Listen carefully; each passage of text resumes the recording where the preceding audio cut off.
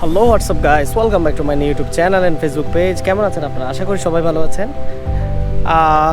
আজকের টপিকটা হচ্ছে আবার বাইকটা অ্যাক্সিডেন্টের পর। রিসেন্টলি তো আপনাদেরকে কতগুলো ভিডিও দিয়েছিলাম এই বাইক অ্যাক্সিডেন্ট হওয়ার পর যেই কন্ডিশন ছিল বাইকের।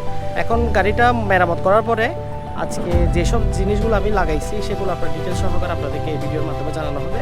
শেষ অবধি ভিডিওটা দেখার জন্য অনুরোধ করব। আমার রিসেন্টলি ভিডিওতে আপনারা দেখেছেন কিনা জানি না, আমার এই যে আপনার এই সামনের অংশ যেটা এটার মিটার কনসোলটা ফুললি ভেঙে গেছিলো, এটা ডিসপ্লে সহ সব কিছু চলে গেছিলো। এখন আমি সেটা আপনার এটা মেরামত করলাম, আর তখন আপনার এইগুলো সম্পূর্ণ কষে গেছিলো। এই যে বাম্পার যেটা আপনারা দেখতে পাচ্ছেন ওইটা আপনার সম্পূর্ণ আপনার ক্র্যাশ হয়ে গেছিলো। ওই যে এখনও পর্যন্ত কিন্তু দাগটা রয়ে গেছে। এখন এটা পুরোপুরি আমার ঠিক করা হয় নাই। তারপর আর আমার এই যেটা আপনার গিয়ার শিফটারটাও ভেঙে গেছিলো। তখন এটা ফুললি চলে গেছিলো, এটা বাঁকা ভেঙে গেছিলো আর কি, আর এটা ভেঙে গেছিলো, এটা নতুন লাগিয়েছি। তারপর দেন আসি আপনার অন্য সাইডে। এই সাইডে তেমন একটা আপনার মেজর কোনো প্রবলেম হয় নাই। এখানে শুধু জাস্ট প্রবলেমটা হচ্ছে এই সাইডে আপনার লুকিং গ্লাসটা সম্পূর্ণ ভেঙে গেছিলো। এটা আমি পুরোপুরি নতুনভাবে না কিনে এটা আপনার এই গ্লাসের শপ থেকে আপনার এই গ্লাসটা চেঞ্জ করেছিলাম।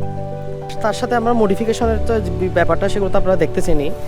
এই যে আমি এখানে কিছু নাট কাভার লাগাইছি, এই নাট কাভারগুলো লাগাইছি সৌন্দর্যবর্ধনের জন্য। দেন আমি নতুন কিনলাম এই স্টিকারটা, আল্লাহ স্টিকারটা, ওইটাও চলে গেছিলো, এটা মিটারের সাথেই চলে গেছিলো। দেন আমি লাগাইছি এই মিটার প্রোটেক্টরটা আপনাদের সামনে আপনারা বুঝবেন না, ওই জন্য আমি খুলি নাই।